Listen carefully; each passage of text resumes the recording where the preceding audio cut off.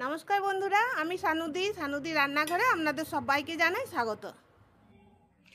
চলে এসেছি বন্ধুরা, আবারও আমরা নিত্য নতুন একটি রেসিপি নিয়ে। আজ আমরা বানাবো ভেজ পাও। ভেজ পাও বানানোর জন্য এখানে আমি নিয়ে নিয়েছি পরিমাণ মতো পাউরুটি। আর এই পাউরুটিগুলোকে প্রথমে আমি ছোট ছোট করে কেটে নিচ্ছি।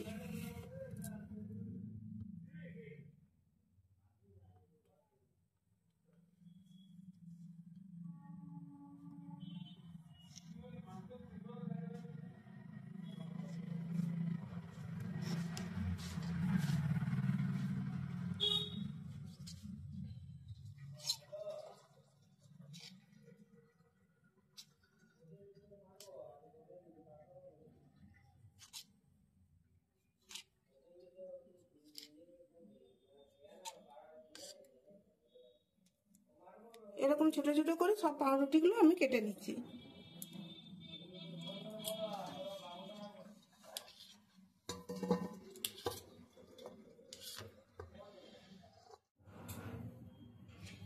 এই দেখুন বন্ধুরা, সব পাউরুটিগুলো এইভাবে আমি কেটে নিয়েছি ছোট ছোট করে টুকরো করে। কি সুন্দর লাগছে না?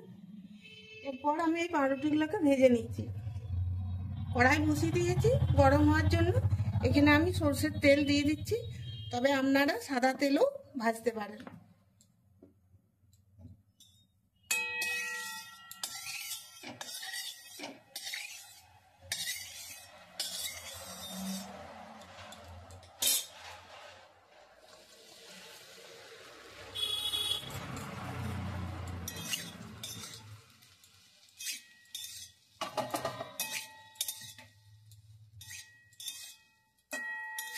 আর গ্যাসের আঁচটা এখন আমি বাড়িয়ে রেখেছি, যেরকম দরকার সেরকম কম বাড়া আমি গ্যাসের আঁচটা করে নেব।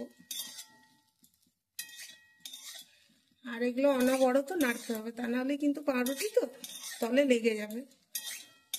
আর বন্ধুরা, শরীর খারাপের জন্য বেশ কয়েকদিন ভিডিও ছাড়তে পারছি না। আর গলার আওয়াজটা তো শুনে বুঝতেই পারছে, তাও চেষ্টা করব যাতে আমি ছাড়তে পারি।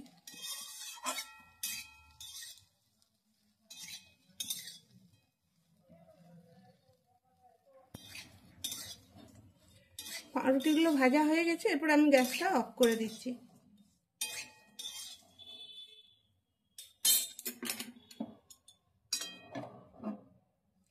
একটা থালার মধ্যে ঢেলে নিচ্ছি।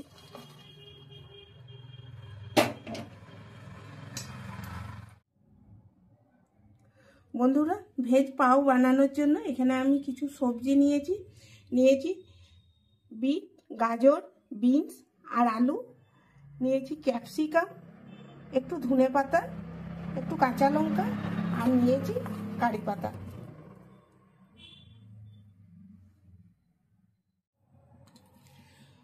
প্রথমে কারি পাতাগুলো আমি শুকনো কড়াইয়ে ভেজে নিচ্ছি।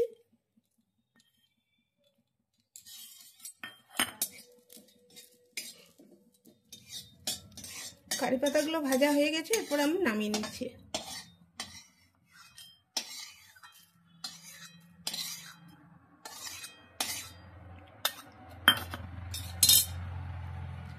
এরপর এই কড়াইয়ে আমি দিয়ে দিচ্ছি সরষের তেল। বন্ধুরা, এই রান্নাটা আমি সরষের তেল দিয়েই বানাচ্ছি, আপনারা চাইলে সাদা তেল দিয়েও বানিয়ে নিতে পারেন।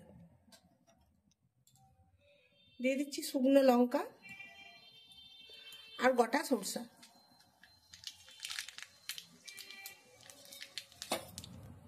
শুকনো লঙ্কা আর সরষাটা ভাজা হয়ে গেছে, এরপর আমি সবজিগুলো ভেজে নিচ্ছি।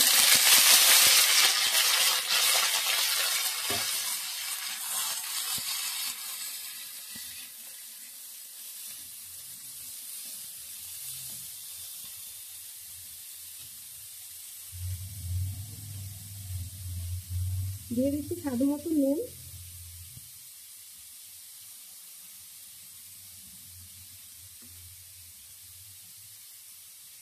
আর একটু হলুদ দিচ্ছি।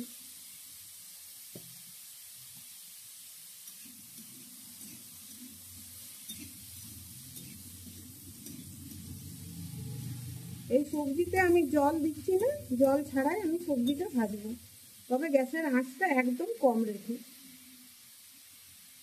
এরপর আমি ঢাকা দিয়ে দিচ্ছি।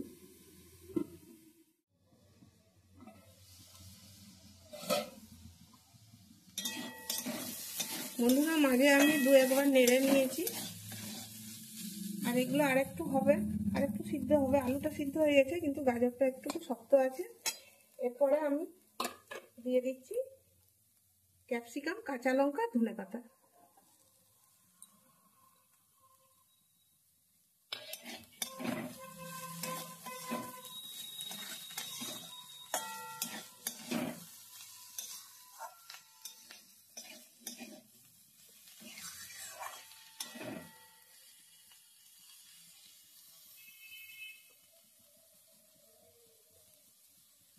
আবারও আরেক ঢাকা দিয়ে দিচ্ছি, আর একটু হোক, তারপর দেখাচ্ছি।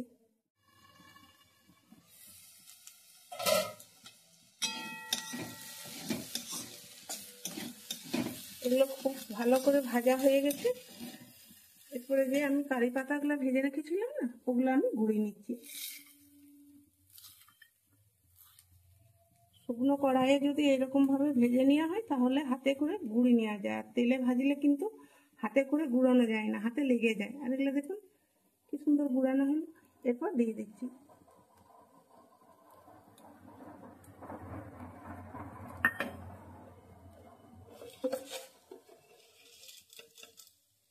দিচ্ছি 1/2 চামচ চিনি।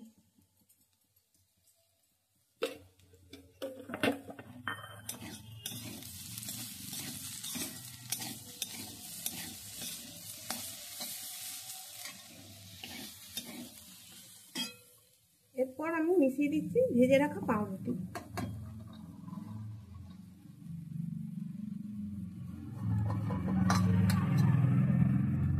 এই গুঁড়োগুলো কালো কালো হয়ে গেছে, এগুলো আর দিচ্ছি না। বন্ধুরা আজকের এই রেসিপিটি আমি একদম ঘরোয়া পদ্ধতিতে আর নিজের মতো করে বানাচ্ছি, আর বানানো খুবই সহজ। ঘরে থাকা মাত্র কয়েকটা উপকরণ দিয়েই এই রেসিপিটি বানানো যায়। আপনারা চাইলে এতে আরও কিছু সবজি দিতে পারেন। আমার হাতের কাছে যেটা ছিল সেগুলোই আমি দিলাম। এরপরে খুব ভালো করে মিশিয়ে দিচ্ছি। বন্ধুরা আশা করব আজকের এই রেসিপির ভিডিওটি আপনাদের ভালো লেগেছে, আর এই রেসিপিটি ছোট বড় সবার জন্য, সবারই খুব ভালো লাগবে। অফিসের টিফিন, স্কুলের টিফিনের জন্য তো খুবই ভালো।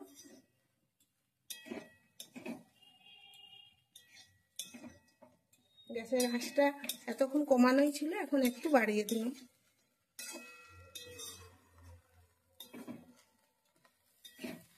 আর আজকের এই রেসিপির ভিডিওটি ভালো লাগলে একটা লাইক করবেন, আর আমাদের চ্যানেলটিকে সাবস্ক্রাইব করে আমাদের পাশে থাকবেন। এরপর আমি গ্যাসটা অফ করে দিচ্ছি।